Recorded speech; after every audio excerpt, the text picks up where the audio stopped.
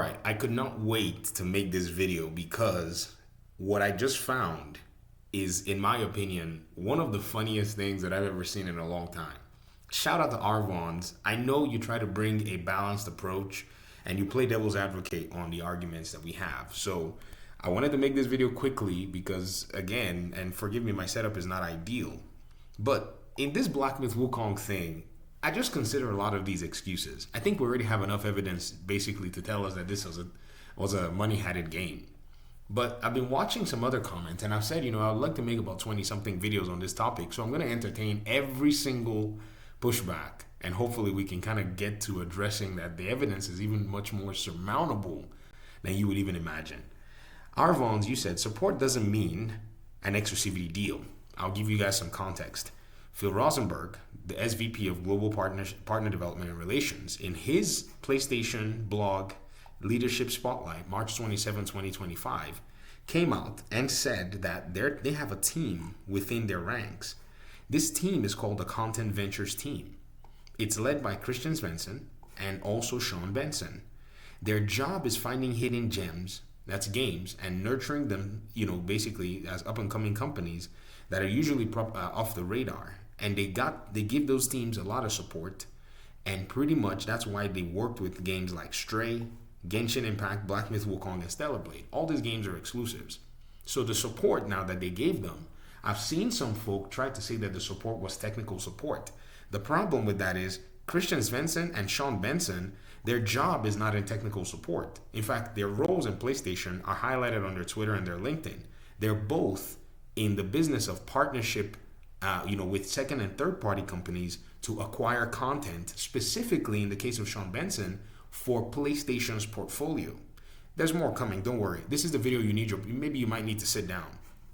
So I'm going to read Arvons' comment, then I'm going to read a comment from this Edmar Lomba on Twitter. They almost sound alike. It's like I'm talking to the same person. It's weird. It says, you're assuming that an exclusivity deal took place. The fact is you don't know that. I absolutely know that because the boss said that they supported these other games which all turned out to be exclusive. And Game Science has not come out to deny anything. That's all the burden of proof that I need. I don't need anything more, but there's way more. Anyways, we'll get there. He said, Rosenberg did not say an exclusivity deal. You're assuming that without any evidence. Arvons, I laid out a lot of evidence, including the technical evidence, as well as Jacob Terkelson running that game on a 10 gig APU, and the game still worked. So that aside. But this other person says support is different than exclusivity deal. And then they're citing Callisto Protocol being supported by Sony. And they said, unless you bring me some facts, Wukong has no exclusivity deal. Also, I don't remember these two having a marketing deal with Microsoft. Both were announced independently. So I said, you know what, guys? Let's go hear it from the horse's mouth themselves.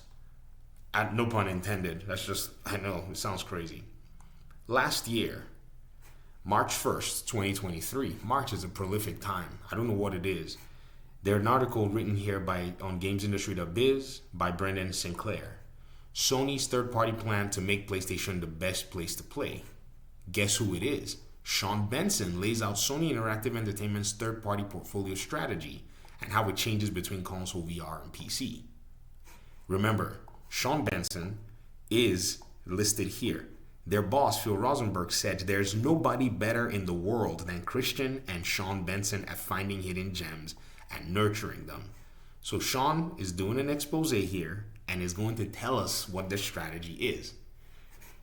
Edmar Lomba, Arvons, are you sitting down? Because when I saw this, I said to myself, okay, you know what? Let's just read. As Sony Interactive Entertainment's head of third-party portfolio acquisition, Sean Benson is in good position to trace the platform holders' evolving strategies when it comes to, in her words, making PlayStation the best place to play. Benson has been with Sony in a portfolio role since 2017 and took over her current title in 2021. Speaking with GamesIndustry.biz ahead of this month's DICE Summit, Benson says she's seen a significant change in what her role entails as part of a larger PlayStation strategy, in part due to where the company has been in the console generation life cycle. Keep reading with me, there's work here. In the time I joined, I was watching my predecessor manage the team. He was really focused on driving value for the masses in our PS4 audience and also really focused on PSVR. And a lot of the partnerships were about driving engagement on the type of platform. So the types of games we brought would tell that breadth and depth story and also showcase some of the PS4 innovations. Since then, there have been other people who've taken that role, and I've seen evolution within the time frame and shift really focused and moved over to content acquisition from a future technologies perspective. So we're really focused on trying to drive a lot of excitement around the launch of the PS5 and making PS5 be that best place to play. A lot of the content we would focus on evolved based on that. Then here is the business model laid out. Different business models and kinds of games coming to market also change the way Sony thinks about partnerships. Sean keeps saying, in quote, "In the past, we would look at things that were closer to release because they were well-known quantities and so forth."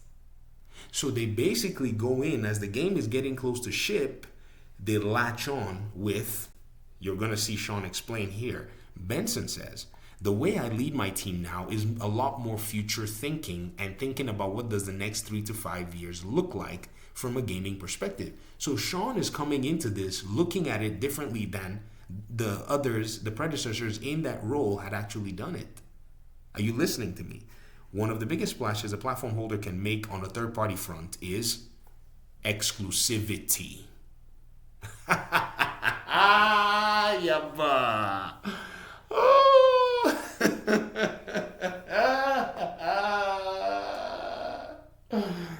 Keep reading, GG. Stop getting distracted.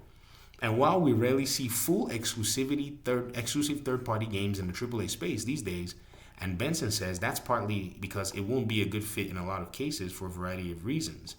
Check this out. There's room for exclusives where it makes sense, obviously. But really the focus, especially with the digital subscription model that is more prevalent than in generations past, is that there are different types of gameplay out there, Benson says. For example, a free-to-play game business model is successful when it's on as many platforms as possible and brings the biggest audience possible. So, as Sony assesses opportunities, it's often less about securing exclusivity as much as about making PlayStation versions stand out as the one to get. So, different approaches. Genshin Impact, remember this?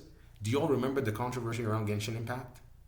When there was an exclusive weapon on the PlayStation version of Genshin Impact versus the PC version? Do you all remember that? Okay, so that's thinking about Call of Duty. Do you remember that there was a differential? Call of Duty had different content and was a superior version. It would have, even when they bought Activision, because Xbox decided to honor all of the deals, they had free double XP weekend exclusive to PlayStation, and it wasn't available on Xbox with Modern Warfare 3. Do you all remember?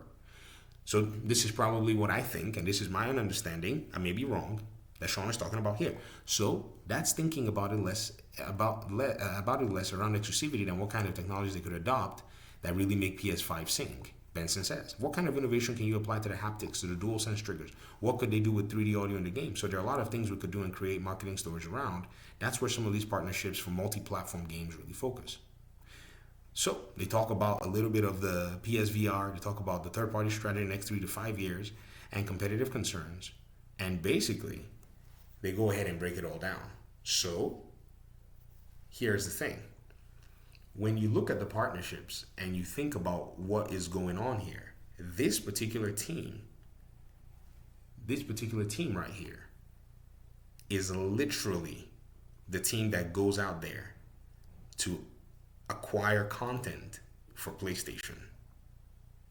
Are y'all seeing that this is not something that is out of the question? This is basically the job description. This is basically the job description of what it is that they do. Read the article for yourself. There are people devoted to indies. Their job is to go ahead and work with, folk around the different whatever. Sony's chief liaison in the company shifted his focus too much to the AAA side of things. This is where they were talking about all of it. Right? Take a look at this. Look at Stray. Look at Kenna. Look at Sifu. Those games are revered as some of the biggest types of IPs for PS5. Those were created by indie teams. These games, they all just happen to be PlayStation exclusives. So what special support would be given here other than exclusivity deal? And why is Black Myth Wukong something that these folk constantly want to deny? Look at it. I'm watching and I'm asking y'all, the person whose job is to form relationships with third-party content makers and then If their relationships are successful, they find ways to make the PlayStation version stand out, or in some cases, they go ahead and they ensure that the game is exclusive. I'll link this article for you guys. I know that this is a smoking gun. A lot of people have tried to deny this, but it's okay. Keep digging. Let's keep digging. And we haven't even looked at Christian Svensson. Thanks for watching. Peace out.